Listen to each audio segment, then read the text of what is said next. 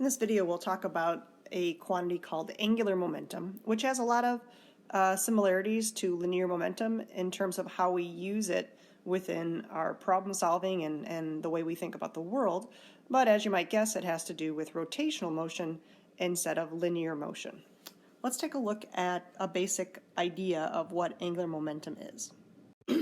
If you imagine any sort of spinning object, something that has some sort of rotational motion, even though it may not be moving through space, it certainly has momentum. It certainly has a tendency to keep on moving. And that tendency to keep on moving, in this case rotating, is what we call angular momentum. So objects that have a high amount of angular momentum, we say they are hard to rotate and they are hard to stop spinning.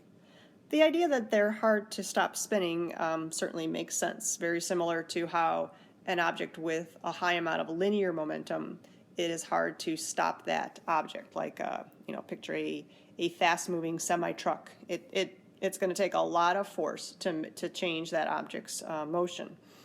But another cool thing about angular momentum is how it is hard to change the axis of rotation. So for instance, if you are riding a bicycle, or it's like, let's say you're sitting on a bicycle, if it's not spinning at all, if you're not actually moving, the tires are not rotating, it's very hard to balance.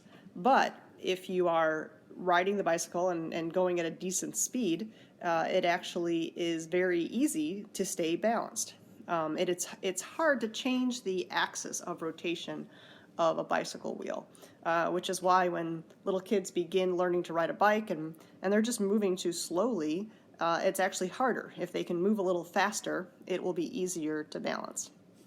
In the same way, if you try to throw a frisbee or a football and you just push that object, it's going to wobble and it's not going to follow its path. But due to high amounts of angular momentum, if you put a spin on that ball or on the frisbee, then it can maintain its linear path. So there's this cool connection between the linear motion of an object and a high amount of angular momentum. All right, so angular momentum has to do with how hard it is to change the rotational motion of a spinning object. If we do want to change it, we're going to have to exert some sort of torque on it. And again, that sometimes can be difficult, especially if the object is moving along a line. Let's just look at a comparison of the linear and angular versions of momentum. We'll see a bit later that the formulas involved for angular momentum have some similarities to those we use for linear momentum, but let's just define a few variables. So linear momentum, of course, is a lowercase p. Angular momentum uses an L, so you can either use kind of a fancy capital L like this, or this didn't come out really well, but a lowercase fancy L, or some people just use a capital L like that. Whatever you want is fine, just make sure you don't confuse it with length. The direction of P, of course, matches the direction of V, the linear velocity. The direction of L, the angular velocity, will also match the direction of the angular velocity, but remember that that involves a right-hand rule.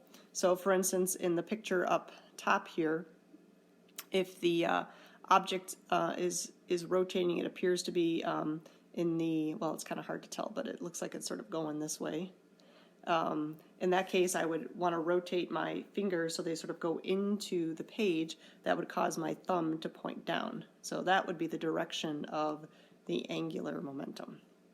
And then in the same way that force causes a change in linear motion using impulse and so forth, torque causes the change in angular motion. All right, so let's get the basic formula for angular momentum.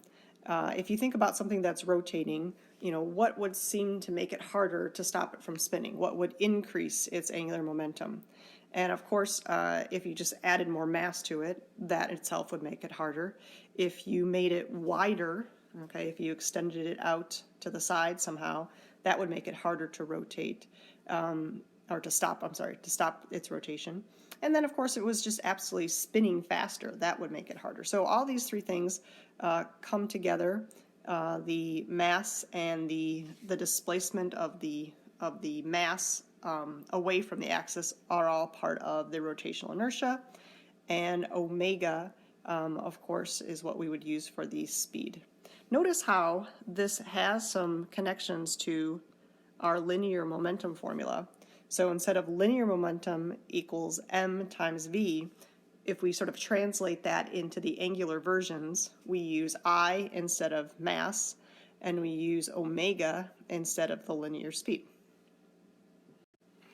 So in summary of the main ideas here, adding on to the earlier description of the variables, we can take any of the equations that we used before, like these that we used dealing with impulse. We called it impulse F times t, but that same idea can be applied by using angular momentum and thinking about torque.